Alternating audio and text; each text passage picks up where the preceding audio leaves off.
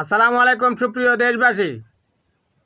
ভারতীয় গোয়েন্দা বাহিনীর রয়্যাল এজেন্ট হার্ভিক মজুমদার বাংলাদেশের মানুষকে নিয়ে অকথ্য ভাষায় ভারতের আজ তাক নিউজে বাক্য বিনিময় করেছে। সেখানে সে বাংলাদেশের মানুষকে বলছে বাংলাদেশের মানুষ নাকি তাদের বাবার বাড়ি ভেঙেছে, মানে শেখ মুজিবুর বাড়ি ভেঙেছে। বাংলাদেশের মানুষ নাকি যে পাতে খায় সেই পাতেই নাকি হাগে। কত বড় নোংরা শব্দচয়ন চিন্তা করেন, কত কুৎসিত এই লোকটা।